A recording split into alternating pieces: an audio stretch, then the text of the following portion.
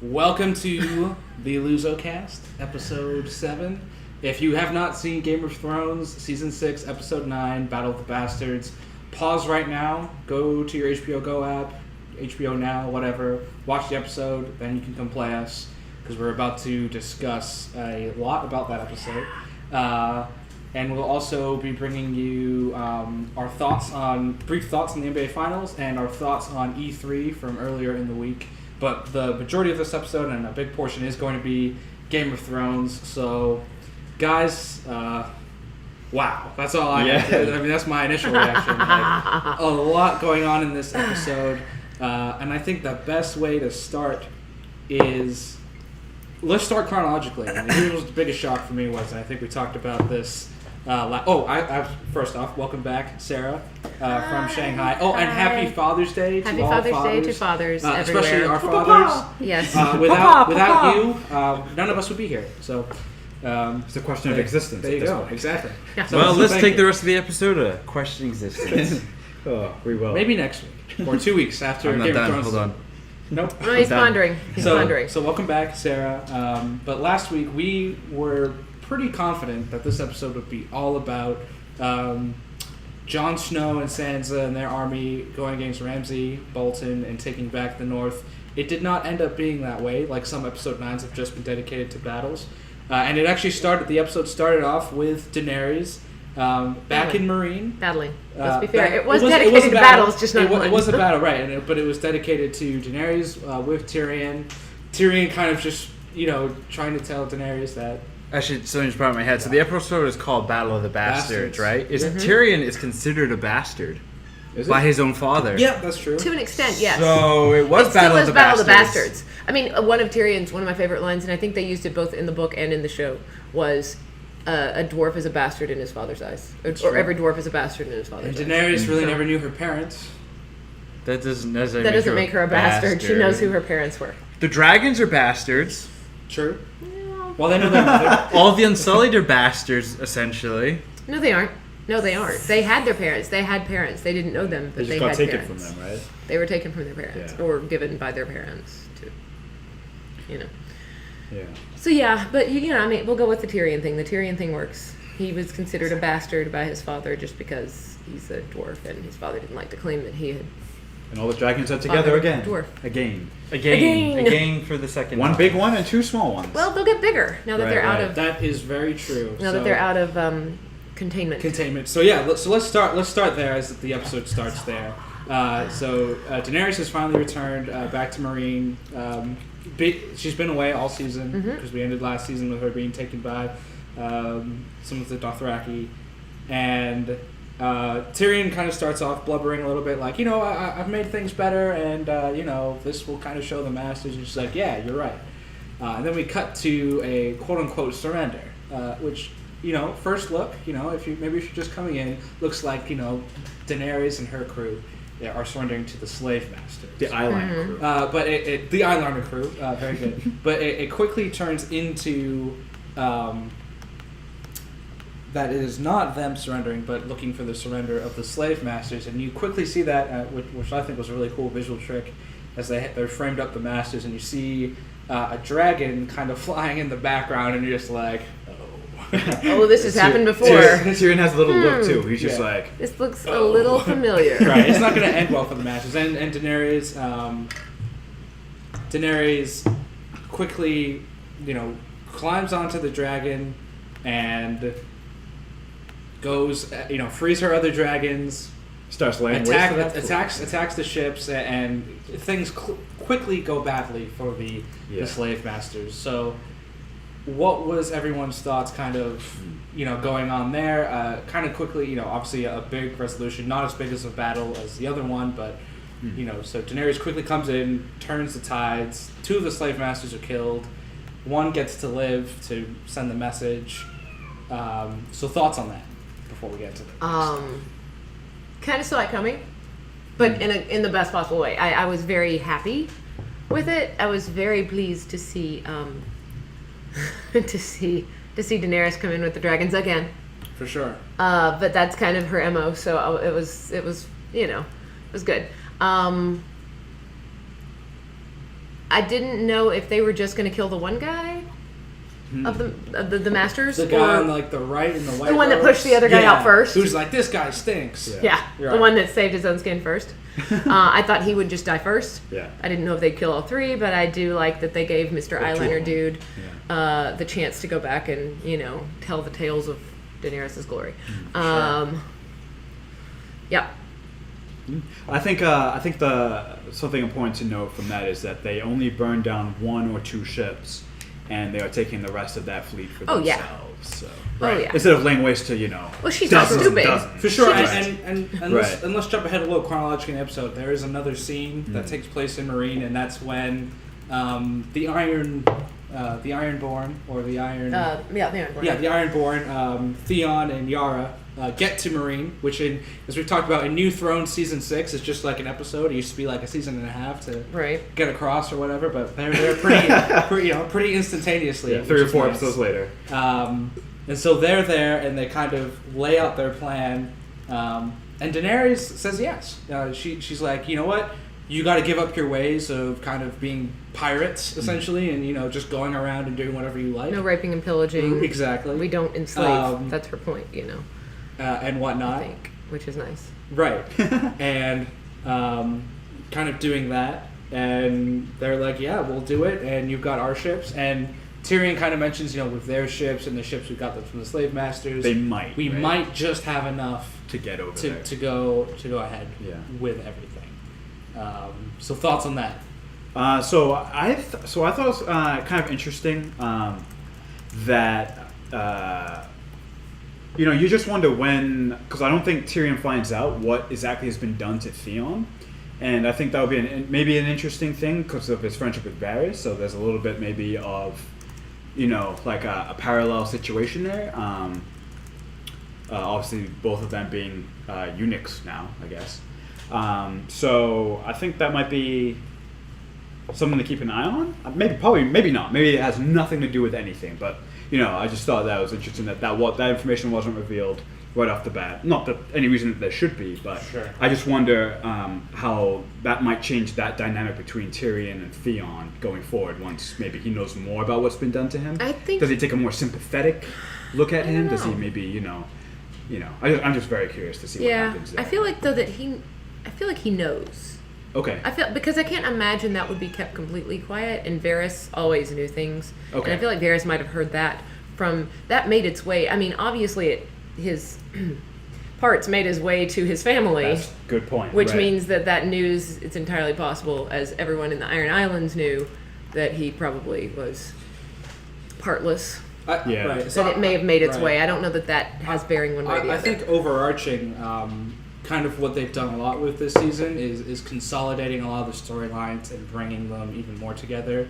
And I think that's what you're doing right now with bringing Yara and Theon with Daenerys and everything. Because everyone's kind of obviously going to the mainland, Westeros, and kind of gathering there. So now that they have the ships, they can kind of go, and everyone's in the same type of radius, and you have a couple of factions and whatnot. And that's just continued. So it'll be interesting to see kind of... I'm guessing probably not in episode 10, because we didn't see in the preview maybe. But probably next season, we see what's going to happen with their uncle, and then kind of how Daenerys is obviously finally going to get to Westeros, King's Landing type of area. It seems like she's closest than she's ever been before. Right. Rabbi, do you have any thoughts on that, or? The episode was great. Okay, so honestly, the one thing that I do like is that what Daenerys brought up, that their fathers are all awful people. They're all aware of it. They know their fathers are horrible people, and the fact that they want to bring a better world than their fathers did. Right. I thought that was kind of a cool sentiment by Daenerys. Yeah. And that was kind of a nice, like, okay, well, we all know our fathers are assholes. Yeah. So we know that they were horrible people. We are not going to be horrible people. Let's make that better. For sure. Right. Also, I thought interesting dynamic, by the way, between Daenerys and Yara. I thought that was really interesting. Sure. Sort of like queens, we're gonna Right. there's mutual respect, obviously. Yeah, it was interesting that they both mentioned this. Never been a Yeah. queen, and for the Ironborn, or obviously in Westeros. Yeah. So just not having either, kind of having that mutual. There seems to be a mutual respect there, and then on Yara's part, probably a little bit of. I picked up on flirtation, Attraction. a little attraction, Yeah. or whatever. But No. Well, So didn't it's she just- say it's just there. didn't she say something like I'll do anything? I'll serve anything. Yeah, but Yeah. I feel like that's just. Nah. So maybe, Yeah, like, maybe whatever. It's just a fun little thing. That's Yeah, what I got it's from not- it. it's not. But more the respect. That's what that's from that interaction. I think the respect between them was pretty interesting. For sure. I'd be curious to see how that manifests itself. All right. Any more thoughts on the Marine storyline before we get to the meat of the episode? The real steak and potatoes, as they say. I did like when Grey Worm basically said to the not well, they were slaves, but the The warriors. slave master? Oh, the warriors on the yeah, other yeah. side. Look, you are fighting for men who will not fight for you. You're Sorry, fighting. sir. You're not. These people don't give a two craps about you. For sure. You're fighting for these people. Do you really want to do that? Right. And that was kind of like that's Daenerys's message. Daenerys's message the whole time has been, these people don't care for you. Leave these people. Come, to me. I'll take care of you. I'll free you. And then, of course, she frees them and she has to take care of them, and ended up with these people that were totally dependent upon her. But it's paid off. And then the Khalasar came in at the end. I knew that was cool. coming. That was awesome. But I was That was like, when are they definitely cool. coming? Like, Yeah. they need to come now. And We're so when they waiting got for there, and it them. was like, yes. It gets there. Yeah. Yeah. So that was nice to see them come in and So- and take that over, Yeah, over and kill the ones with the masks, The Sons of the Harpy. Harpy. Like, to me, that's been one of the weaker parts of the Marine storyline. Like the Sons of the Sons of the Harpy essentially are what, like, slave masters or people aligned with the slave masters, and they can somehow take out this really strong army of like the Unsullied. Right? They're supposed to be one of their battle Right. hardened since they're kids. It just like the logic there. Obviously, it's a fantasy show, so you can't, But There's a willing still. suspension of disbelief because we're talking dragons and magic. So For let's sure. be real. but it's just, but they could so easily, it seemed at points, take out the army of the Unsullied. So I'm hoping that this is the end of that. Well, yeah, of that I think at this whole point part. they need to. At some point, they have to move on Westeros. And it seems like so. that I we're think that's where close. we're going. right there. Right We've now. got ships So, now. right. The Exactly. Ironborn are there. Yeah. The dragons are all three out. Everything. I think everything it's is moving set up. toward that Everything point. is definitely set I don't up think. Right now. I don't. I mean, I think that's what we'll see next season. Yes. I think is the move on Westeros. I mean, there's no point in them making that move at the end of this season. There's too much. There are other storylines to tie off. Right. And that they've got one episode, so Yeah. we may see them starting off at the end of the next, episode at the end of the season, right, episode so that 10 they is- arrive and we don't lose that time of them traveling, which apparently doesn't exist in this particular season anyway. As we determined. It's fast travel all around. Right? Right. Episode 10s, I think, generally in Game of Thrones are more expository, set up for the next season, Kind of wrap type up. of wrap up some storylines. Quiet. Maybe a couple twists here and there, but nothing. Nothing like the battle, which we're going to get to right now, the Battle of the Bastards. Nothing of that scale, and so this was, and we've talked about this throughout every episode of the LuZoCast. Episode 9 is every season of Game of Thrones. Episode 9, there's big stuff happening every the year. climax. And all the best episodes probably are in episode 9. So obviously, there's a few exceptions. Obviously, Ned Stark being beheaded in season 1. Season 2, the battle at King's Landing. Season 3, the Red Wedding. Season 4.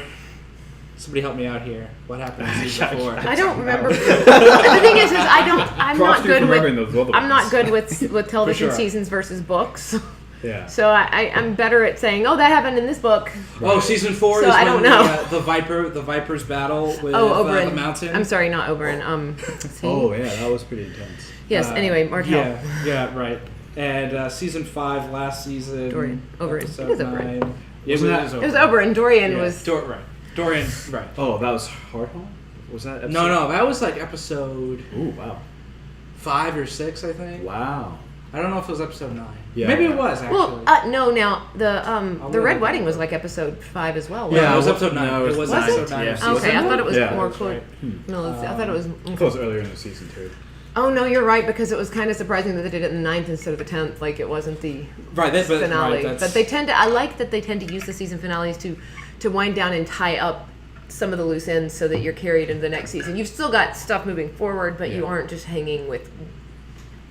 Yeah, there's a little bit, but it's not. There's enough closure that you're. Yeah, well, It's there's not always Walking something, Dead, but it's. I don't even. cliffhanger. Don't even. So episode 9 of last year, the big thing was Shireen being lit on fire. Yes. Oh, that's right. So not it was Which has some implications in this episode. Which yeah. for sure, and we're gonna get to that. But let's start chronologically. Yeah, there's a lot to get into here with. But let's start with the opening scene with what's happening in the north, the negotiation, the parlay between Jon Snow and Sansa Stark's camp with Ramsay Bolton.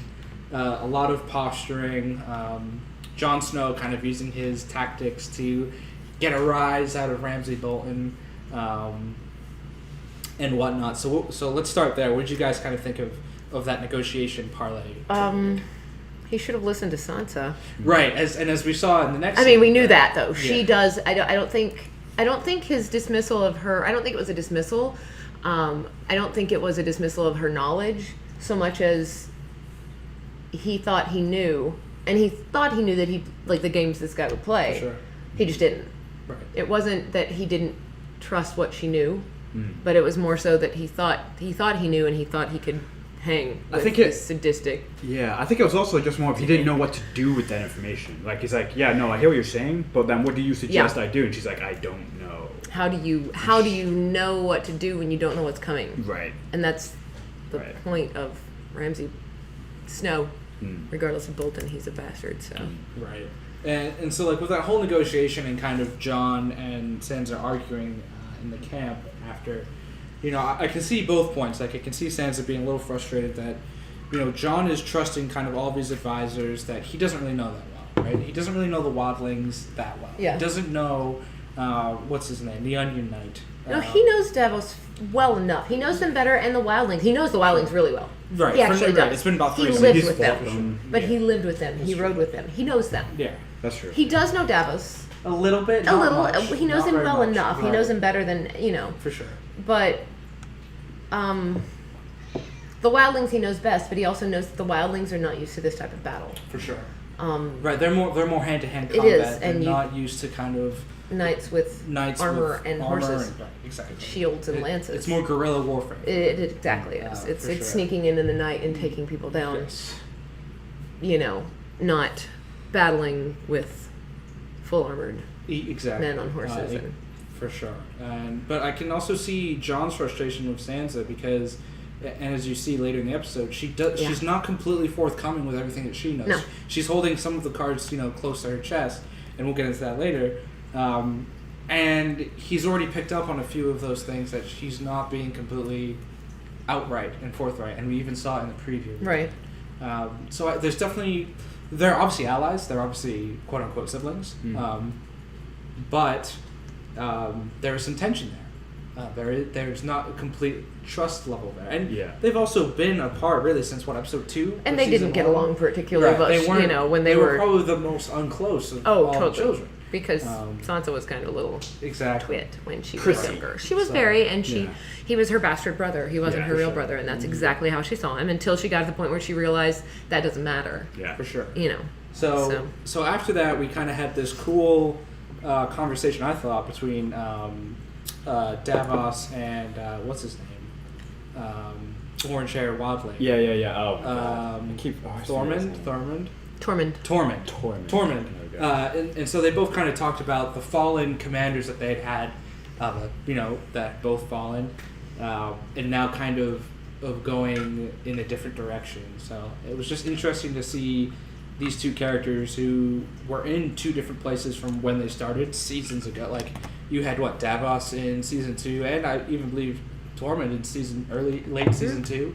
As soon as Jon was with the Wildlings, Tormund was Right, late season 2. So these characters have certainly had quite the arcs in terms of who they've kind of fought for, their allegiances, and whatnot. So it was interesting to see those two characters. And Tormund's like, well, I'm going to go get, pissed drunk, and that's how I deal with it. And, Davos is like, well, I'm going to go be scared and poop my pants. In private. In private. Like, he's no warrior, he's a smuggler. And He I is, think even exactly. you said that during the episode.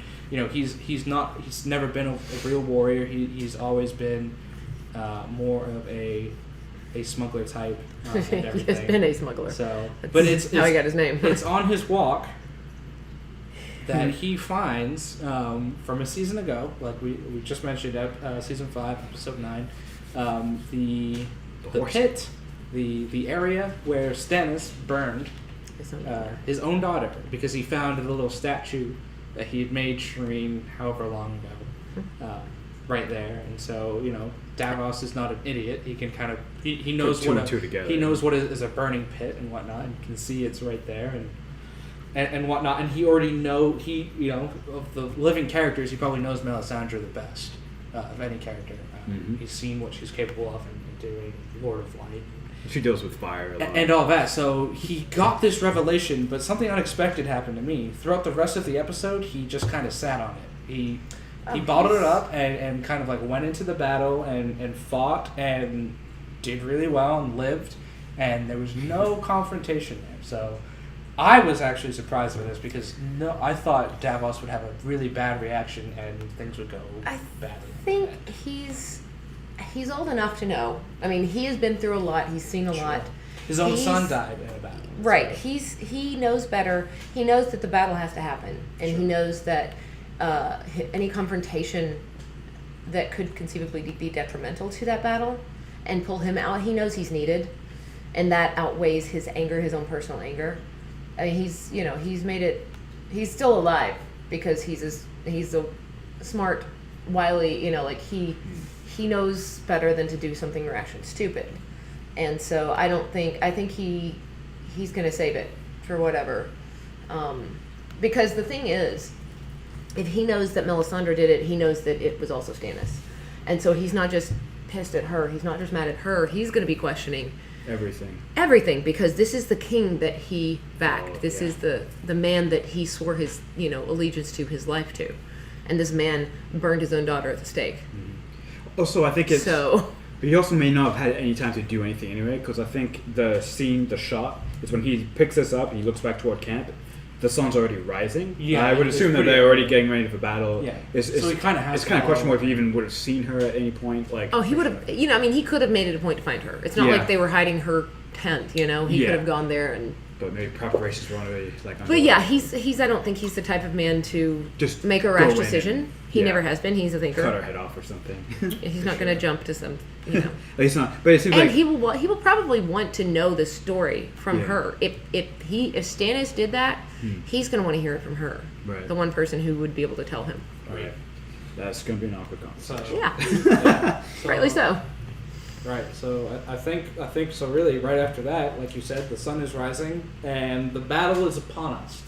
The battle that everyone's kind of been waiting for, really, since Jon got resurrected and Sansa comes into play. Everyone knew that this conflict was kind of coming to a head here, and it is the quote unquote battle of the bastards.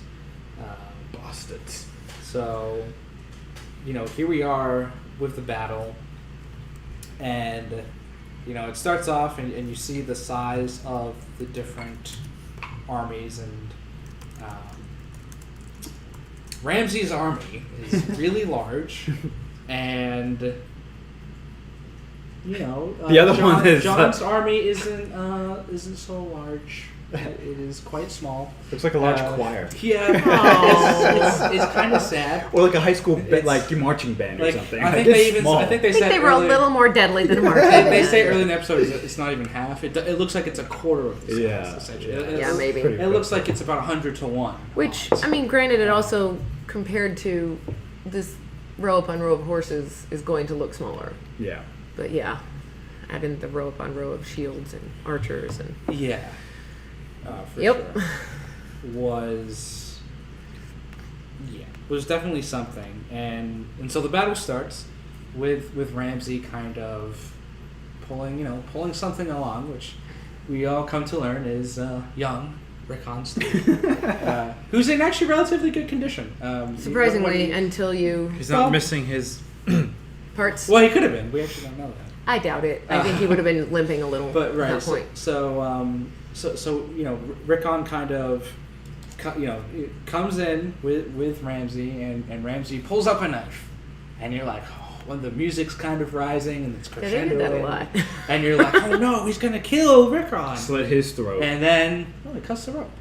But we all know What a great guy We've been Ramsay watching Bolton. We're gonna let him go. Ramsay Bolton for 3-4 years now, and we know, and like Sansa said, we know the mind games he likes to play. And he says, "Run to Jon, Run to your brother." right? If you can make it, or something like that, right?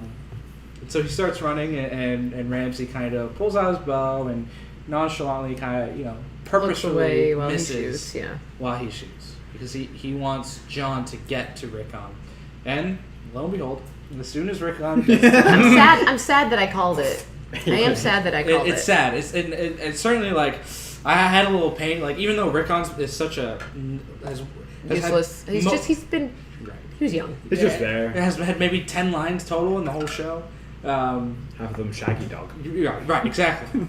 Shaggy was a Dog, kid. unfortunately, dead. And then But on the run. He gets pierced right through the heart, like whoosh, dead, gone. Rickon is gone. So that is the second Stark child that's dead, which is kind of significant, I think.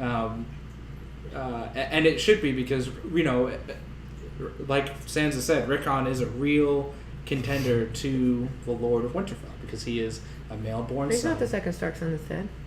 Oh shit, Rob! I forgot about Rob. Oh my God, I'm so sorry. So the oldest So and the sorry. youngest are now dead. Yeah, right? so the very beginning and ends of the Stark family line Ugh. are now. How did I Gone. forget about Rob? Yeah. Well, he died a long time ago. He kind of did, and has honestly So less of an interesting storyline through most of it. Yeah. Sorry to say, Compare. he was never one of my favorite characters. I completely forgot about Rob. Oh, I'm a bad nerd. That's okay. The actual battle itself, though, huh? So Yeah. I personally think it's the best action sequence in the show because there were like when Jon is like walking, like takes out his sword and he's gonna face the cavalry all by himself. He's just like, what the hell?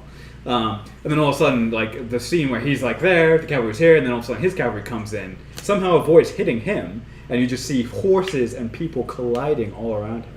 And that sort of perspective, that kind of action, happened throughout the episode. Jon like stumbling around, and it's just people like headless horsemen riding around, and people getting shot in the face. And he's talking to someone, they get shot in the face, and I just thought it was really well done. I had a very Saving Private Ryan feel the beginning of that movie. Right, it was totally the most brutal, I think, battle sequence ever Game of Thrones. And, Yeah. and you even saw that just like, so, Rickon dies right there in front of Jon. And obviously Jon, that's his brother, has a really bad reaction, just starts running towards Ramsay and everyone. And you see the horses coming down and, Jon kind of unbuckles his stuff, pulls out his sword, and you're like, well, Jon's dead again. Yeah, And then- exactly. I was like, and the then sun's right- back. Nope. And then and maybe divine intervention because he had a lot of close calls a in few this times, episode. yeah. I thought he was going to Well, go every into single that. arrow that came down missed him. Exactly. It really was. And, I mean, and maybe you can expound this more. Like right when he's about to get to the horses, his horses come, and he's just like, he's kind of shocked. He was kind of like, because he was ready to die at that point. I feel like he was about. I was kind of hoping they would do at least a little bit of him battling, where the warriors, like in various things. This happens in books, I don't know, in movies, I'm sure. Like where a warrior will go to that like Zen space, and he's just like this unbeatable like machine, right? Like Tom Cruise in The Last Samurai. Sure. Same I'm idea. thinking of other like fantasy books because, but that's me. But yeah. Sure. That's what Tom Cruise in The Last Samurai. But I was kind of hoping for that moment, for just one where he was going to cut down both of the horses that were coming right at him, take down, just like hamstring the horses and kill the guys. He didn't have that chance. He almost didn't. He didn't really have much of that chance throughout the whole thing. He was saved time and time again by divine intervention, I guess. Yeah. I mean, I don't know how else you explain that. Like, yeah. kind of like you said, that first volley of arrows, and every single one misses him. Well, Yeah. and that happened multiple times. Like the volley just kept missing him. He even like later in the battle was just getting like crushed He was- by yeah. his own men. Like he like Just the like- multitude of bodies. and maybe even you can speak to this, Sarah. But like me having asthma, right? Like Oh when my he's God, it made gasping, me- I couldn't. I it felt like hurt. I couldn't breathe. Yeah, I felt like I wanted was to grab my inhaler and like right, like the puff way like a he was big old nerd gasping, trying and to like do I a kind of get that track. too, because like I've had a few times like where you just there are a lot of people around you, and you're like it feels like there are a lot of people. Yeah, and like that yeah, made me- he's literally gasping for air because he's not even just being crushed, he's being suffocated. Yeah, it stressed me out a I lot to watch I, that. so I do not have asthma, and I found that a pretty distressing Yeah. scene to watch. It totally, And yeah. It was the visuals for it, which was he did a great job of doing it from his perspective, where it was just cutting out black to light, black to light, black to light, and you just see bodies like climbing over him. I thought that was really well done. Like you said, whoever the director was, The director is the action beautiful. director, the The- choreographer, That was- whatever yeah. it was. You And know, was like I beautifully feel like done. Game of Thrones, like Yeah. each season just ups the ante in terms of like what they do with their action sequences. Like this is a TV show, and this rivals some of the greatest, I think, movie action sequences that you kind of seen. Like this to me, Sure. like this, and even Hardhorn last year, which I still think is the best battle in Game of Thrones.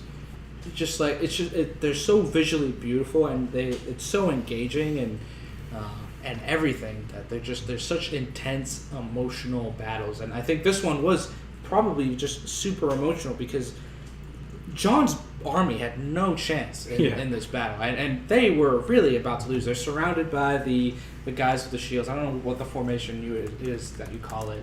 Yeah. Something. It's like a semicircle. Shield death. Of and they death. were using a wall Shield of of bodies. death. It's a shield wall.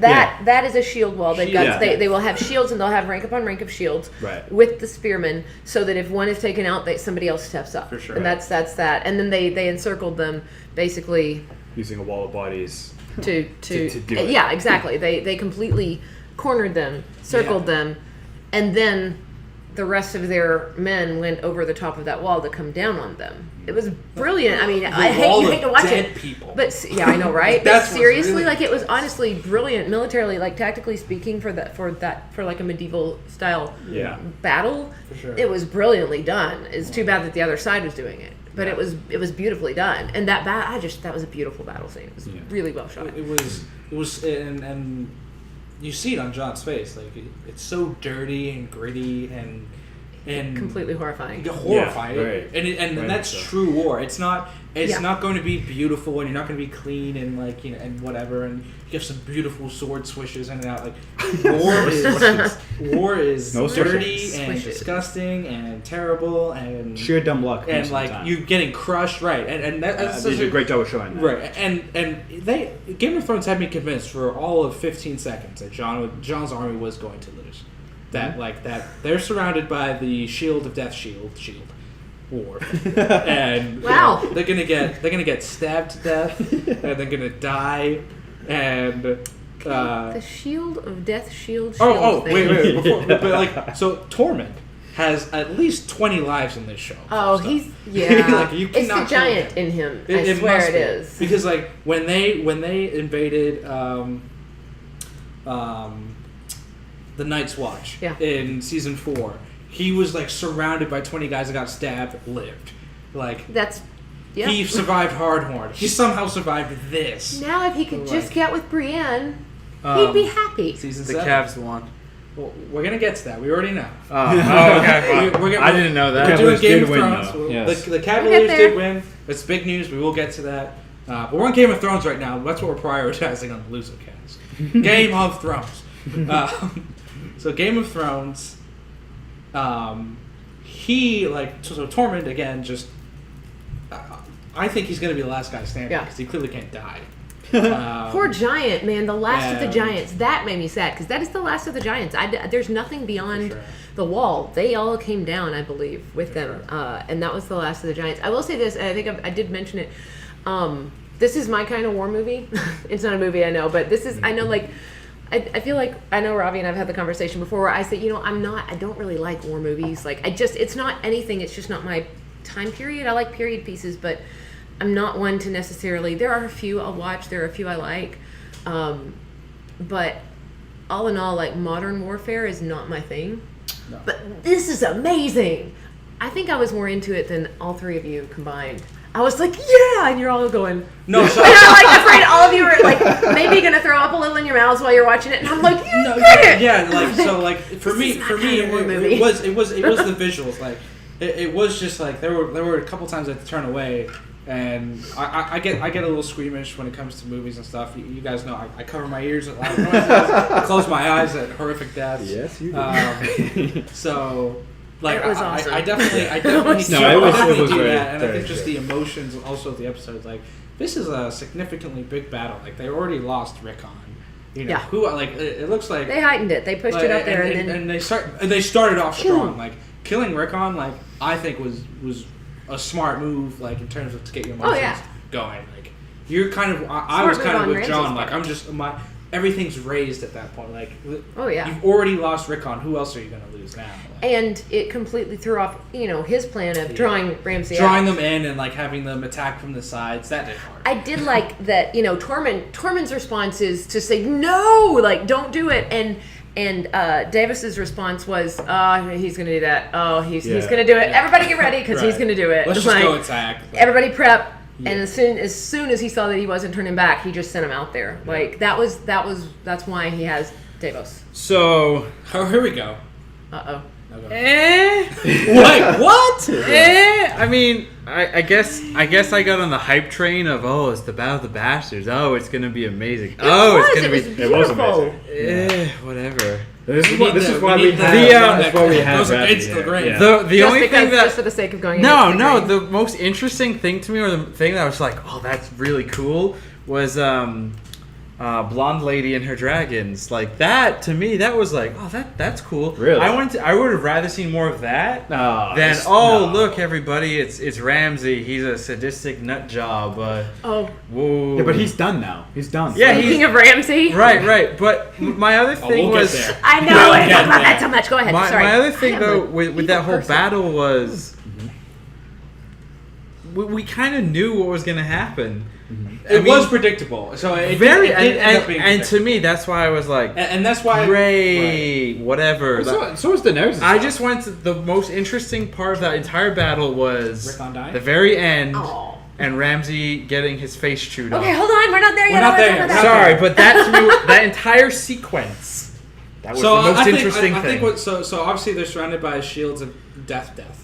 Still, And- death shields of Death shields of death. And stuff. and then the veil comes Spears. in very Lord of the Rings-esque. Actually, you called It this was like very, very They are mixing. not the Yeah, real exactly. You On your hear the Wednesday horn. day. Yeah, You that's hear the why You horn. do hear the I was horn, and you're like, hoping- "Is that the watch? Would the watch be coming? They Right. don't have very many men They anyway." have, like, 6 guys That has left. to be the veil, and then like the Rohirrim. If there were only like the Exactly. sun rising behind Oh, them, man, then we'd be boom. Gandalf with his staff, just ready to go. It was very Lord Somebody of the Rings needed to be writing Shadowfax. You are right. with them coming down. Still beautifully done. I don't care. It This was well a- done. And yeah, then obviously that's about it. That entire Well, hold on. sequence was well done. Oh, well, but hold on, but then you have John and his trusted allies of cool giant men and men who cannot die chase Ramsay into Winterfell. Okay, that was brilliant. That was just, I mean, like, I Jones' love. He just boys. goes in and runs His like a boys. big. And the thought that he was going to go into Winterfell, which was where John grew up. Really, you're going to go back in there, and you're going to hole up in there like he can't get to you? Because if they hadn't bashed down the doors, which thank goodness they have giant.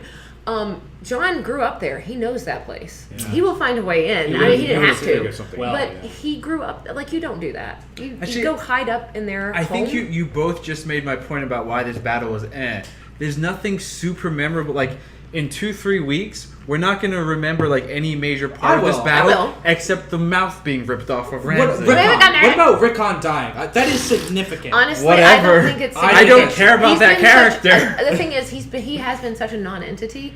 He was not that. Yeah, that pushed John, because like at some point he figured out his brothers were still alive. Sure. And then all of a sudden he's killed in front of him But just don't as you he think- almost but got there. actually- But don't I disagree. Knights of the Vale showing up and Sansa not telling John about that, I think has serious repercussions down the road. Yeah. I think that's a huge thing from this. And I you think saw they it brought in it the up in the, previews. yeah, in the Right. preview You for saw it next in the week. preview. John's like, we have to be honest with each other. We have to tell each other and everything. She's clearly not gonna do They're, that. She they're might, building up I some mean- tension. But that's all She's part of got that a lot thing I of hate. Littlefinger in her. character development. Yes, there you go. Yeah, unfortunately, Hate that. Littlefinger did mold her. Yeah. But don't you guys think that? She's gonna kill But, John. but technically, No, she won't. No. This does have repercussions. Like Rickon's death. I guess yes, you're right. Rickon has not been a part of the show ever. Who cares? But it has major repercussions on a lot of characters. It has a major 2 characters. More than 2. It has major repercussions on John, right?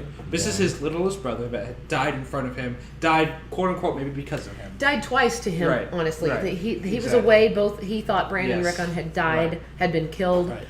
Right. He finds out they aren't dead, and they don't know where Bran is. And all of a sudden, here's this one he can save.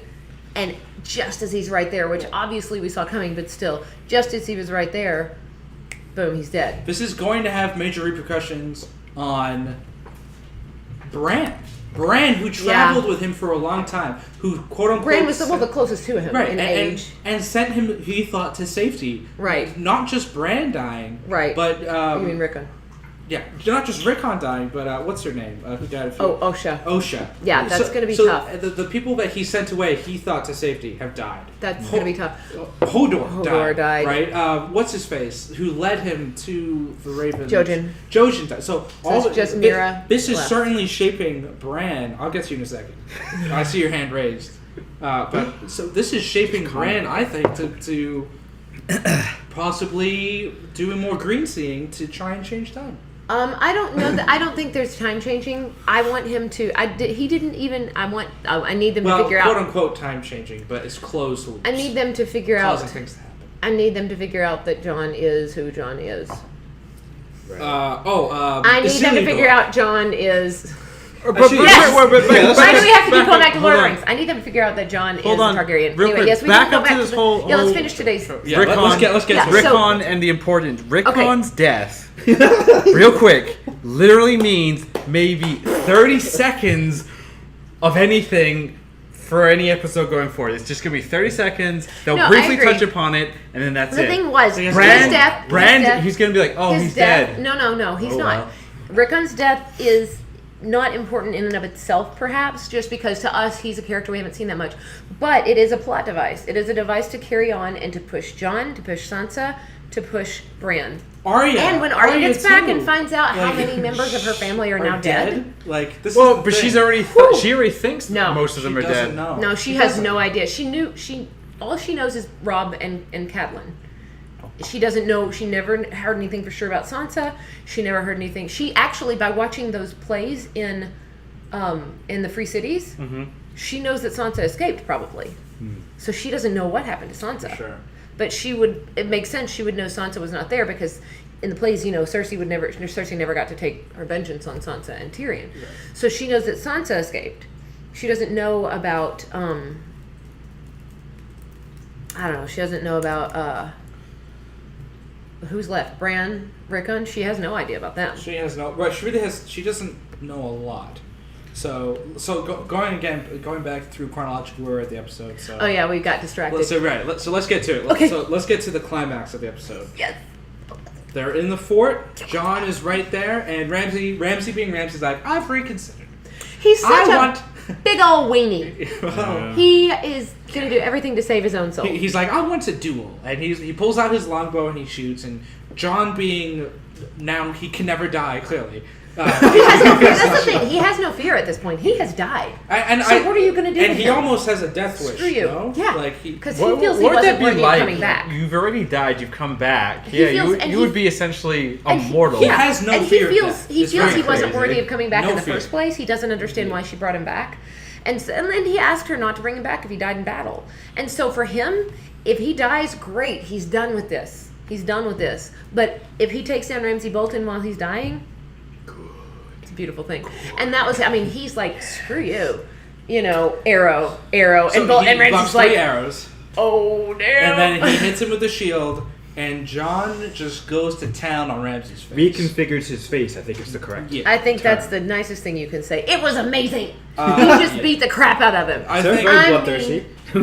No, this is just like I so know, long I know. coming. So long coming. I don't think I've been happy. Longer when you've been reading the books I don't than when think you've I've been been watching happy. the show. Yeah. I don't think I've been this happy from a death in Game of Thrones since Joffrey. Joffrey, season 4, episode 2 or 3, when Yeah. he gets poisoned and you see his face going purple. He's just like, My mom can attest to this actually. When that happened, I think I paused. I think I paused, jumped up, and screamed. I think we all jumped up and screamed and like flipped And the that's Yeah, down, and the funny resumed. thing was, Yeah. is you You didn't have to. know, Like, and you I knew have it was to. coming, and Robbie was, and I was just like waiting for it. I'm waiting for it. I'm like, they're gonna kill him, and Robbie's like, I hate Joffrey, blah blah blah. Maybe somebody will kill him. Yes, they will, and they finally did. It was Maybe. awesome. You know, looking back at it though, there was such an unsatisfactory death. Yeah, you Oh. want him to be beaten to a pulp as well. Well, but that's the thing. I disagree speaking though of- because you saw like everybody, like you saw like for Cersei, you saw her really suffer for the first Well, time in this show. Yeah. and you saw Idiot. Joffrey brought completely low in front of everyone. Like begging for his life. Like, Now, this one was not necessarily seen by everyone. was It will be, brutal. but this one was amazing because you like John. Back to it, John's beating the crap out of him, right? And then Sansa just walks up, and Sansa he's like- did say she said to him, Yeah. "Ramsay is mine," and for good reason. And so when he saw her there, he's like, "All right, fine, he's yours. right. Fine, And I'm gonna leave him because he's not going anywhere So right he now." lets her go. You see the great image of the house banners of Stark being put back on the castle. Yeah. Something we haven't seen in years at this point. Yeah. So that was definitely a nice little scene right there. And then you get to... You were probably still in college. I was, actually. You're He right. was. Just starting college. No, about halfway. Maybe a little more than halfway, maybe. Wait, No, when we lost did those they banners lost pretty early on. Season 2, season 3? Season Three, Season yeah. three. Yeah, End of season season three, three. yeah. So I was would it end though? I thought Yeah, it was toward, earlier. at the end of It's Red really Wedding, the Red essentially. Wedding they Yeah. lose. Oh yeah, that makes sense. So Yeah. I think I was a junior. It was like the end of my junior year of college. I was almost done. It was I had right a year before the left. Red Wedding, actually, because Theon took that before Robb died, because he heard about it before, I think, the Red Wedding. I guess it's true. But it's still season. About halfway through, but yeah, season 3. So the last scene of episode 9. I didn't realize where he was at first. I didn't realize that he was in the I had a chemist. feeling immediately. I didn't think about it because I was just like, oh, she's going to walk Why in bring up and the slit his dogs? throat. I really thought she would, and she would have if that had been An the only option. option. She would have, but I think it was You much more gotta brutal. torture this guy. Exactly, he tortured her. You He got- tortured a lot of people, Yeah. and you know, you don't torture a Stark, apparently. Yeah, the Starks finally My family, I got just one. love I love You know, this family. I think their family faced a lot of... Right? So I gotta bring this up. Oh. I have to bring Go this for up. it. I have to bring this up. Yes, time travel? Guy? That's your thing. No. So here's my thing, right? Yeah. And, Many and let's just take a step back, right? Let's say we don't know anything about Sansa, and we're just watching a scene where this woman has a guy held captive, and she lets these dogs rip his face apart. Wait, what? Like, I'm saying, like, take the scene out of context, and Yeah, you're just can't take that watching. out of context. I know, but like Sansa allowing that and like letting that happen, and this is how they end this guy. She's as bad as him. Sure. She's basically lost her humanity. She hasn't So completely- what makes She the hasn't Starks? lost. She has hasn't not. lost her- I know. She I has know. not, but she has found a but- thirst for vengeance. Yeah. And She's- honestly, not against everyone, but at this point, I think against him, and I don't think that's a The thing I- about her character. I'm sorry, I love the way her character's grown. I just she think may it's- be, I she just may think become it's- significantly more Well, Ravi, brutal, here's but the thing. Here's Yeah. the thing, right? Here's the thing about Game of Thrones. Everyone that's still alive in Game of Thrones is gray. They're not 100% good, right? Yeah. All the Of course good. not. Ned Stark died in season 1. The best. good, there the you go. The goodliest goodest, character. the best, the most, goodliest the character. least, The goodliest. the least stained, The most the googly, least, googly, googliest. The The googly most least character. so the most stained character. the most honest, right character of Westeros. the most righteous. You know, Right. That we've saw. Right. Oh, So the who, main character. actually, who's the most righteous left, do you think? Tyrion. Jon Snow? Tyrion. I don't think Tyrion. there is. Daenerys. Daenerys. They're all, No one. None of even, them. No, it's even definitely not- Daenerys. no, They all it's have definitely more not blood on their Oh, hands and more of a the thirst for Unsullied vengeance. Grey Worm? Grey Worm. he's He just still killed alive. two No, guys. no, he wants. I would say Jon Snow. I think he's done everything for honor, and he hasn't broken that code yet. I would say Bran, honestly. Bran doesn't have a lot of blood on his Really? hands. He went through time. No, he is He responsible didn't, for that all wasn't, of made that. somebody- that was not on purpose. Yeah, no. That was wasn't not. something How do you he know? purposely did. He did not. Did you see the look on his face when he realized? Yeah, he was the like, one who- "Holy, it worked! That was not Bravo to it. me! So I get some power." Bran probably, I would say, is probably the most, the most well-meaning character left. I don't know. I think you It's could. hard to say. I wouldn't use the phrase "well-meaning." I get where you're going, but well-meaning. A lot of things are well-meaning and Actually, he are has still less blood on his horrible. No, what are we saying? What's her face? Brienne is probably Brienne has the most honor. She Yeah, has certainly. She So has I done would- the only thing she did out She has of a lot of blood, though. the only but she does that in defense of Yeah, the they all people do, she right? serves and That's whatever. true. She But doesn't torture people. She doesn't torture people, and even Stannis, who she hated, and did kill as a sort of vengeance, but it was Give him a quick that was death. done as she gave him a quick death, and that was done in defense of the lord that she served at the time, and was the first lord that she served, the first king or the first lord that actually took her somewhat seriously ish, and made her a knight and allowed her to be herself rather than trying to force her into a dress and marry her off to some Sure. Right. guy, like Tormund. So, I'm sorry, I just wish that would happen. So It's going to. It's going So to. I think it was satisfying, to see Ramsay's face ripped off. Yes. I think I can speak for everybody here that it was. Good call. It was. Hachu? It was. Hachu? No, I'm good. I'm good. Christian? Had you? Ooh, it was, yeah. it was glorious to Thanks, see thanks very that much. happen and whatnot. And so let's wrap up our Thrones discussion real quick so we can get to some other stuff. We're talking about the preview for next week. It kind of was coming in the season finale. As we talked about, it looks like a lot of wrap up, a lot of. No. Next week is basically going to be a Law and Order show for King's Landing. I think King's Landing will be the focus for sure because you have Cersei's trial. You have to. There's going to be some type of something happening with the church there. Yeah. Yeah. Oh. So what's everyone's thoughts on? Because I wasn't here for last week, Sure. and I just watched last week's show. We'll get to why later, but I just watched last week's show this afternoon or this morning. Sure. Because I just got back into town yesterday, so I hadn't really had a lot of time. The whispering in the last week's episode between Cersei and Qyburn, which I think we need to bring up because the next episode I feel like it's going to come into play. Sure. I read into it. Yeah. Do you want me to talk about what I read, which Go- I think go- is go not a for bad it. idea? Absolutely. Go for Yeah. it. So, a couple of theories, or actually the prevailing theory. I won't bother with anything. The prevailing theory, which I kind of dig myself, is that that there were rumors of more stashes of wildfire under the city, and that Qyburn's little sparrows have found them, and possibly she will use those on the Red Keep, or on the not the Red Keep, on the Church. Guys. on the church, on the High Sept, and or the Sept of Baelor, I mean, and that there were allusions to not only what Cersei would do for her children, but the fact that she would burn down cities to save her children. Was an actual line. I think Jamie said it, or burn something to ashes. I mean, there were a couple of different lines, and that in Bran's visions, during some of his green seeing, he saw something. He saw wildfire. And was it in? I don't know if it was King's Landing. If it was, if we could see where he saw it, but he saw wildfire, which kind of at the time I feel like maybe I thought was just a flashback to the ships, the Battle of King's Landing. Sure. But I honestly don't remember. I would have to go back and watch it. So that's the theme, that's the theory. So maybe we'll see something like that next week. I think there be will okay be with more that. action than we're used to in episode 10. I hope so. Especially for King's Landing, right? I don't see any peaceful resolution between that at all. No, after the High Sparrow took away her battle by combat, or her sure. trial by combat. For sure. So, Christian, I think you kind of mentioned this. So we saw in the preview, and we kind of talked about this too, the Winterfell fallout. You see Jon kind of talking to Sansa that we need to trust one another. What do you think we're kind of going to see between those characters? So the way the show seems to be going is sort of like this ultimate alliance that's going to have to be kind of formed against the White Walkers and them.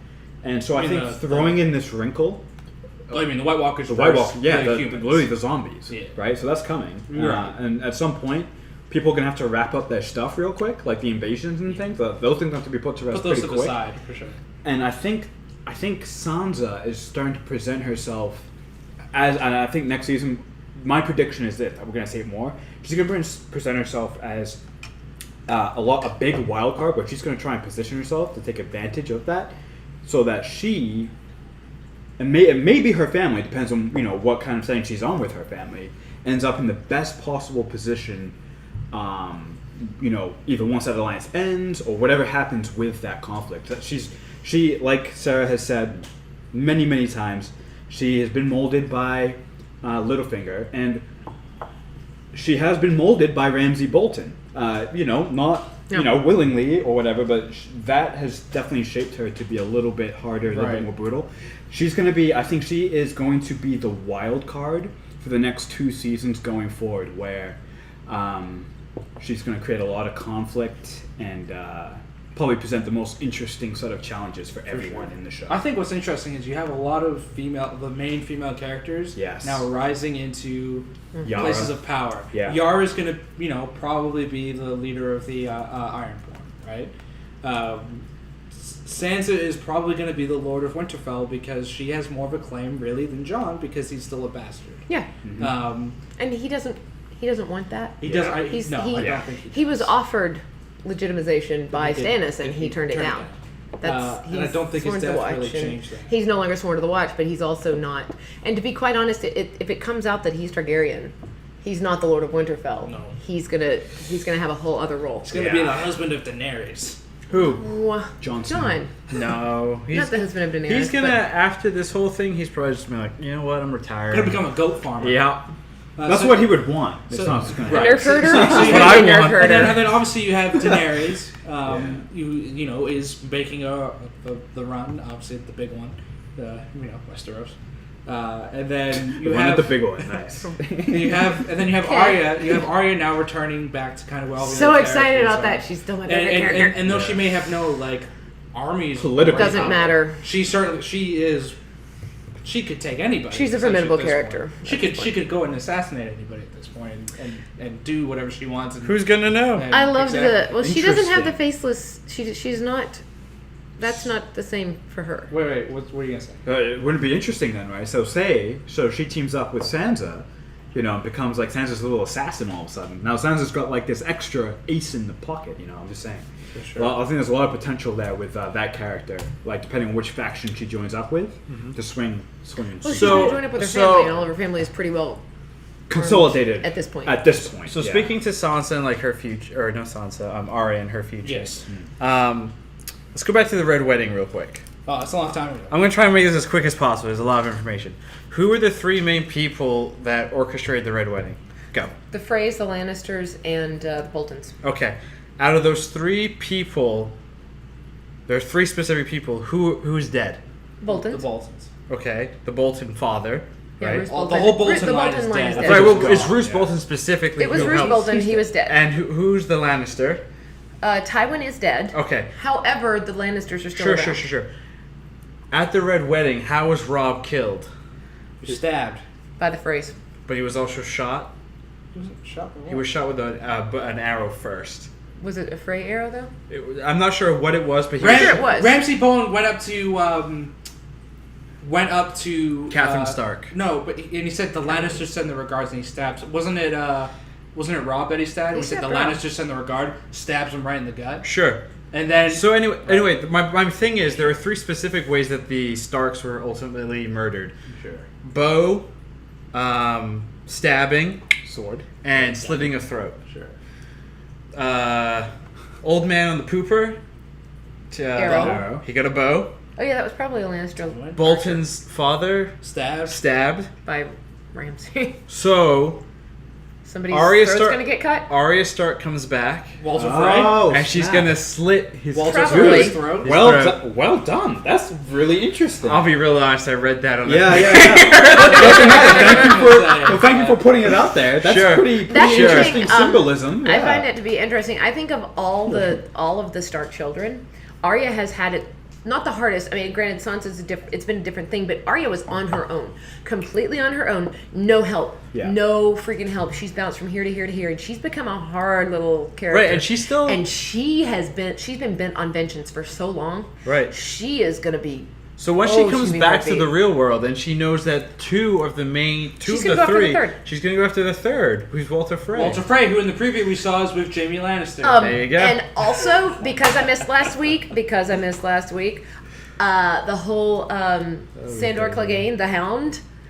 teaming I up dig with, him going with the Brotherhood, and I'm so glad that the Brotherhood was not behind it. That those were some kind of offshoot little like jackasses. Yeah, for sure. Yeah. So one last thought, because I do want to get to our other stuff. We're a little against the clock right now. The last thing in the preview that I thought was really interesting was the conversation between Tyrion and Daenerys, where Tyrion is talking to Daenerys about you're finally entering, quote unquote, the Game of Thrones. Right. And this is in the preview for next week. This is in the preview for next week. Right. So and I think it's not going to go much beyond that. A pretty lengthy, meaty conversation between the two. Yeah. But it's true now. So Daenerys has kind of gone around now, freeing a lot of people and whatnot. And though she has some blood on her hands, she's done it in the name of mostly Justice really good stuff. Like she's helped free a lot of persecuted people. But now, like Tyrion says, she's going to Westeros. She's got to play this game now. So so now we're probably going to see. I think this is previewing the next 2 seasons. Can Daenerys play this game and kind of keep up with some of a lot of the original crafters of the Game of Thrones, right, are dead. I mean, let's be honest. A lot of them are gone. She's got Tyrion, she will have Varys. She said it best though in this episode. Our fathers came to this world, left this world in a worse place, right? So, but ideals are great, right? It's great to have ideology, and she can have that when she's freeing slaves. Right. When she gets to Westeros, it's a different game. And she's gonna. But to be fair, though, she's she's going against the next generation. To a degree. To a degree. So she doesn't necessarily have to play the. Like when Tyrion says Game of Thrones, like the game, he's talking about like his father's generation, right? He's talking about like Cersei is still there. Cersei as long as Cersei is she's there, still a big. as long as Marjorie is there, Marjorie is playing the game. Yeah. Marjorie is playing the game really heavily. Even Sansa is playing the game right now. She knows how to play. Yeah. So like it's still going. You have the next generation is carrying on that game. It's out of necessity because it shaped their character. Dorne might come back and they want to play. Well, Dorne since episode 1 of this season hasn't been seen. But you would assume they're gonna do something. Yeah. Even oh my god, what was I gonna say? Even dadgummit. I lost it. I lost what I was gonna say. That's fine. Well, thanks. We'll bring it. Well, no, we'll bring it when you get it back.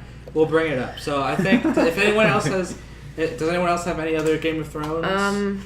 No, I think Ravi's ready to move on. Okay, so let's move on. We're not going to move to that just yet. I want to touch on the fact that I'm wearing a hat. Yeah, but you don't wear hats normally, so it's kind of strange. But it is. The NBA Finals were also tonight. So tonight was a big night.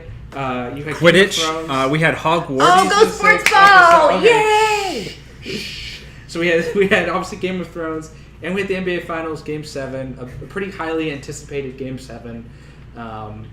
And we had something happen tonight that has never happened before. 2 things actually. We had a city that has never won an NBA championship win tonight, and we had a team that was down 3-1 in the series. Also never happened tonight. 0-32 before teams that went down 3-1 in the series come back and win the series. The Cleveland Cavaliers, like Ravi said earlier, are your NBA champions. LeBron has his 3rd championship, his first with Cleveland. And everything, and it is a pretty big event because this finals kind of started off, and Christian, and we're just going to talk about this briefly. But the finals kind of started off boring. The Warriors were pretty much dominating. They went up 2-0. Cleveland won the 3rd game, their first home game with their crowd. Excuse me. The Warriors won Game 4, went up 3-1, and it's over. 2 of the last 3 are in Golden State doesn't lose at home much. Cleveland can't keep up with these guys. But then all of a sudden, the series kind of shifted. Draymond Green was suspended Game 5. Cleveland wins Game 6 in Cleveland. They play really well, and they win this one. And Game 7 is, a lot of the time, regardless of where it is, kind of a crapshoot. And it was a close game all the way through. Actually, it's the only close game, really. Really, of the whole series was really close right to the end, and I think Cleveland won by 4. I think the final score was like 93-89. And yeah, I mean, Cleveland won. Congrats to Cleveland. I mean, that's really all you can say. Right. Let the conspiracy theories fly. It's a very controversial series. Hey, hold on, I figured it out. Brand, whatever his name is. He went. LeBron? Bran went into LeBran. He used LeBran time James travel. Stark. He used LeBran James time Stark. travel to adjust everything. There, figured Not it out. actual time travel, You're just welcome. a time. I believe you. Well, before I mean, we're gonna get back to our LuZo, our normally LuZoCast stuff, but there is some significance to this. You're right. And Krishna said this. Ron will be upset. Hold on. So for real. So I mean, Krishna said this earlier, and in the NBA Finals, Game 7s, this is where legacies are made, right? You said that earlier today, I think this morning. It doesn't like. There are lots of stories on both sides. Like, is LeBron going to be another loser in the finals? Is he going to go to 2-5 and whatnot? Is Steph Curry really playing hurt, or is he kind of shown that he is a great regular season player, but maybe in the playoffs, it doesn't, like, everyone else raises their game, but maybe he doesn't, and whatnot. And that will be continuously debated throughout the summer. But tonight, it'll be fun. Right. So tonight, LeBron James won with Cleveland. He did what he set out to do in 03 or 04 when he was drafted. He won with the team, his hometown team. They came back from a 3-1 deficit and did something that's never happened to Cleveland. And they beat, quote-unquote, the greatest regular season team of all time. The team that beat the Chicago Bulls 72-10 win season record. They went 73-9 in the regular season. A team of, quote-unquote, destiny. A team that got better from last year's finals. That came back themselves from a 3-1 deficit to the Oklahoma City Thunder in the Western Conference Finals. A lot of people thought it was going to be OKC after the 3-1 deficit that Golden State didn't have it. They showed grit and determination. Can't take that away from them in that Western Conference Finals. And I think the second half of the series was probably some of the best finals we've had in many years. Yeah, for sure. Just really close games, and even this Game 7, we didn't get to watch the whole thing, obviously, but from what I saw, it was neck and neck the whole time. There was no team that was trying to concede anything. I think they put it all out on the line, and I do think the better team won tonight. I do think Cleveland was the better team in the series, and that they won. So kind of... Did LeBron James win? Yes. Okay, just checking. I had no idea which is which team. Did LeBran James Stark win? LeBron James actually went back in time and caused Draymond Green. LeBran James Stark. Well, so clearly these two want to move on, but Krishna, I've talked a lot, but let's just get your thoughts, and then let's move on to some other things. Sure. Kind of like I said, extremely controversial. Overall, congrats obviously to Cleveland. LeBron, no matter how the series will be remembered, before this, he was already an all-time great. This cements it further. Felger and Maz, who are the two of the biggest LeBron haters. In Boston. They're Boston-based radio guys. And Felger, I think yesterday or the day before yesterday, said if LeBron completes a comeback, comes back and wins it, he puts him above Larry Bird. And for someone who's so Boston-centric and doesn't know anything about basketball, really, to say that, pretty significant. I mean, it just shows you what kind of series it was. So. Hats off to LeBron. Congrats to Cleveland, and looking forward to the draft and free agency. I'm looking forward to the I'm a NBA. Celtics fan. I'm looking forward to the NBA offseason. Yeah. That will be very interesting to see what happens. As Celtics fans, Kevin Love has been rumored to be to the Celtics. Does that mean he has a better or worse chance coming to the Celtics? I don't know. I think now's a good time to plug the fact that we are putting together a second podcast we'd like to launch in August, a sports podcast that will also be live, kind of like this one. We're still playing around with the details of when it will be and whatnot, but that will be coming in the coming months. So if you've enjoyed this small sports discussion, we hope you can tune in for that. And with that, let's get back to things that these two are more up and about. I like sports, all right. Yeah. Well, you're playing solitaire, so. I like football. It's not football season. That's true. It's always football season. That's the real. It's not. Different football. Let's now talk about another big thing that happened this week. E3. E3. I missed most of that. I apologize. I was not here. Actually, before we get to E3, so Sarah, why don't you explain to our audience where you were last week and kind of everything? I was in China right. for 2 weeks. which was fun, and I'm quite tired now because I literally just got back yesterday, and I'm not caught up with the time zone yet. I'm really kind of jet lagged, and yeah, it's 15 hours ahead of Pacific Standard Time where we are. So basically, I time traveled yesterday because I left China at almost 8 o'clock local time in China, and I came back. I landed in LA at like 4 o'clock on the same day, basically.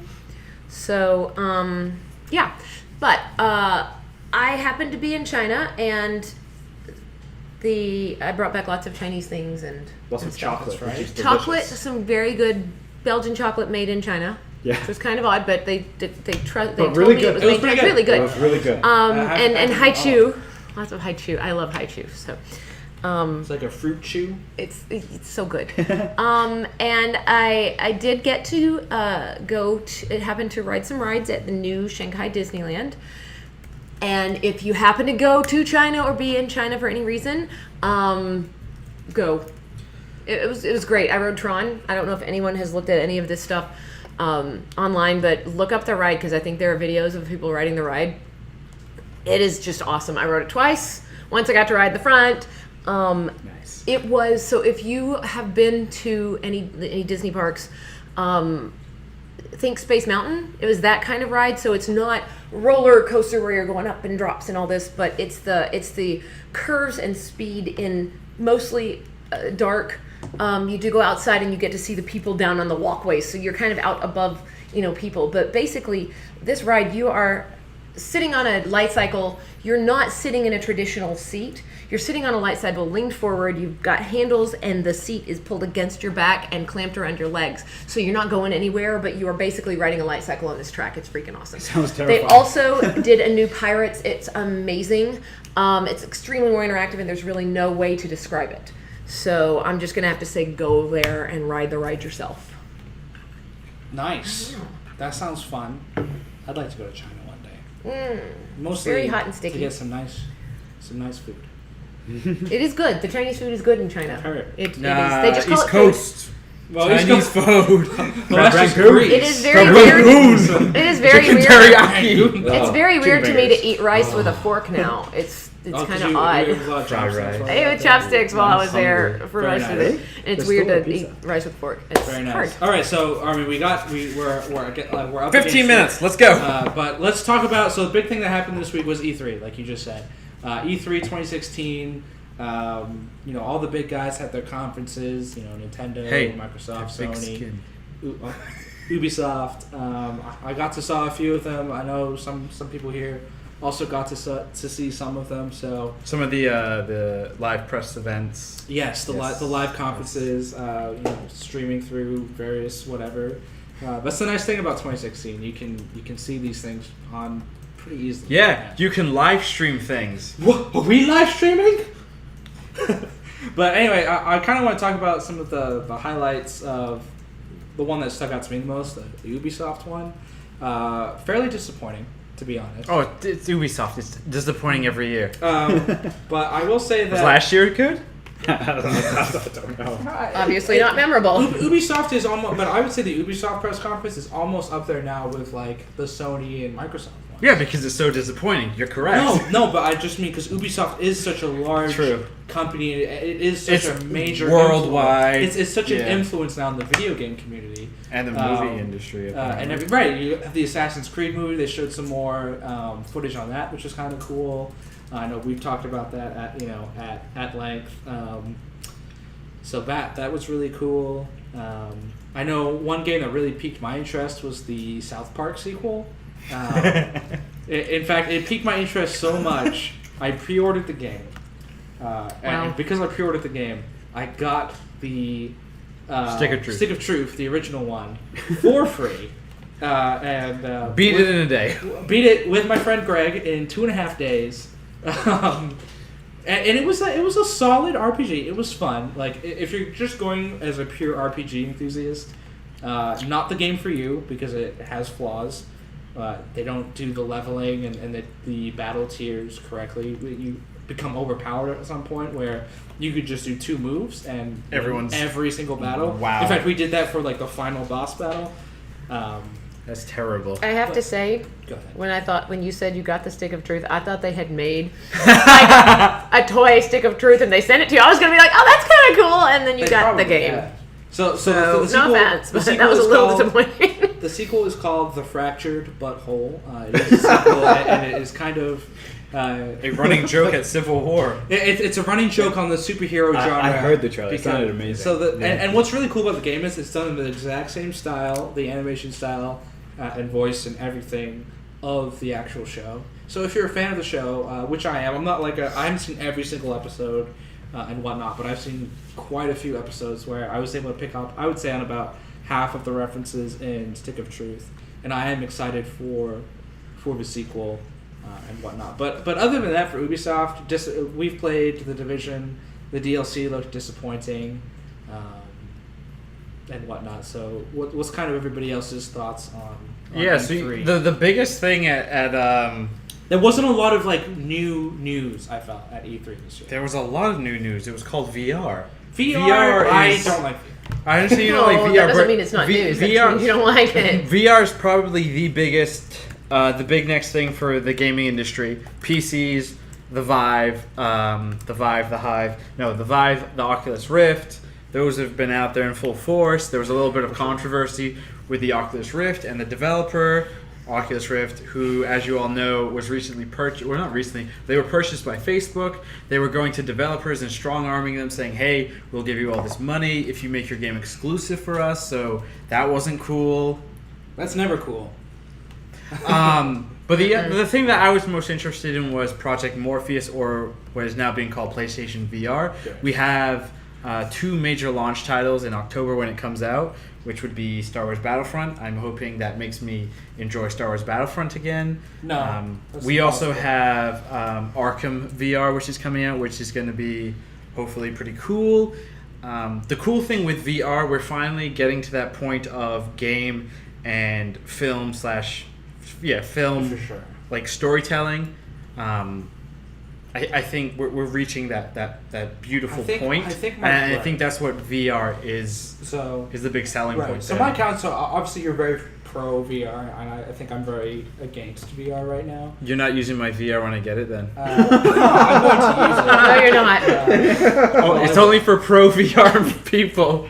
But anyway, VR I'll 2016. VR? Now you are, because you want to play with it. You I want know to better. try it. I want to try it once. But after I that. think my biggest problem with VR right now, and hopefully this, it feels too gimmicky to me right now. From some of the, and I hope I'm wrong. Like I hope I'm not.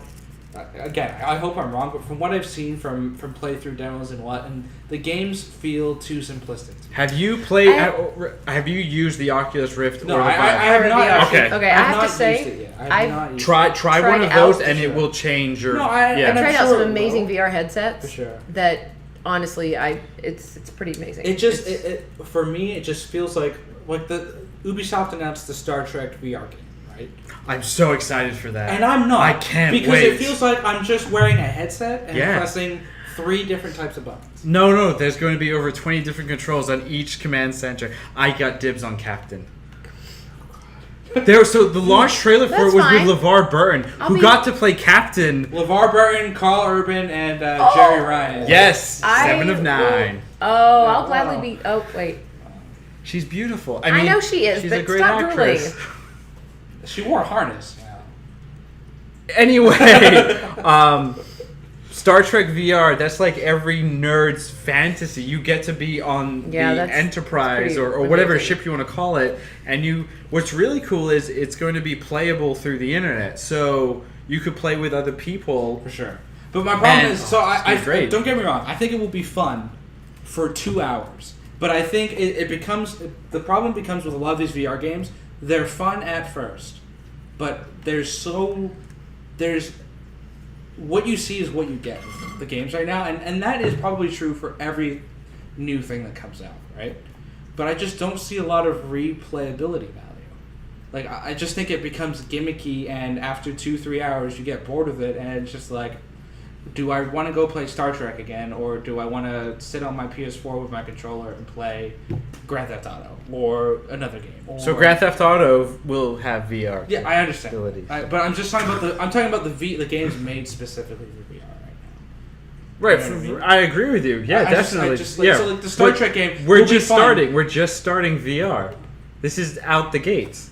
But like the Star Trek game, right? Mm-hmm. It's like, so that would be fun for one day for me, and I would probably never play it again after that, or I would have no urge to play it again. But that's from like what a it lot is. of games. Division. Division still has more replayability value than I feel like Star Trek VR will. Christian, what are your thoughts on the Division? So as soon as we beat the game, which hopefully if we have 2 more missions, I will probably never play it again. But I'm a bad person to ask because my relationship with video games is I play it a couple times and then unless it's NBA 2K, I don't play very many video games over and over and over again. So I'm a bad person to ask. I think you're a good person. You are the average gamer.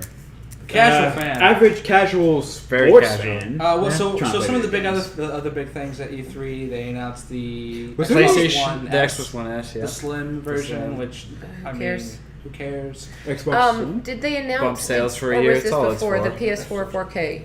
Was that at E3 or was that announced before? I'm sorry, I was literally out of it for 2 weeks, so I. They didn't officially announce Did anything. they not? We know there's a new system coming out next year called PlayStation Neo. Isn't that the PS4 Neo will have 4K Blu-ray drive, smart design. But there's no release date for this year. This is 13 hours ago. Hold on. This story was done 13 hours ago. What is this? This story was done 2 days ago.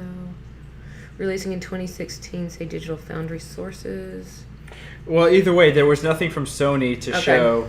I That's think the disappointing. biggest thing on the Sony side was probably from I can't pronounce his name. Kojami? Oh, the trailer with Norman Reedus. with Daryl Norman fighting Reedus. robots naked. Well, he wasn't fighting. He was staring at them. I mean, what? Could be a talking game for all we know.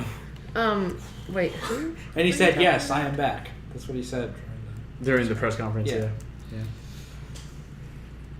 Yeah, I don't know. Like, there's certainly a lot of elements that I like. I definitely like the Metal. Like, he's obviously well known for the Metal Gear Solid games. I'm a big fan of Metal Gear Solid 4. Wait, you played that? I did. So when I play bought that. my PS3, that was the game that was bundled with it, and I really actually enjoyed that game. So much so that at some point I would like to purchase Metal Gear Solid 5, the one that came out a few months ago. I've heard great things about the game, so I'm excited to play that.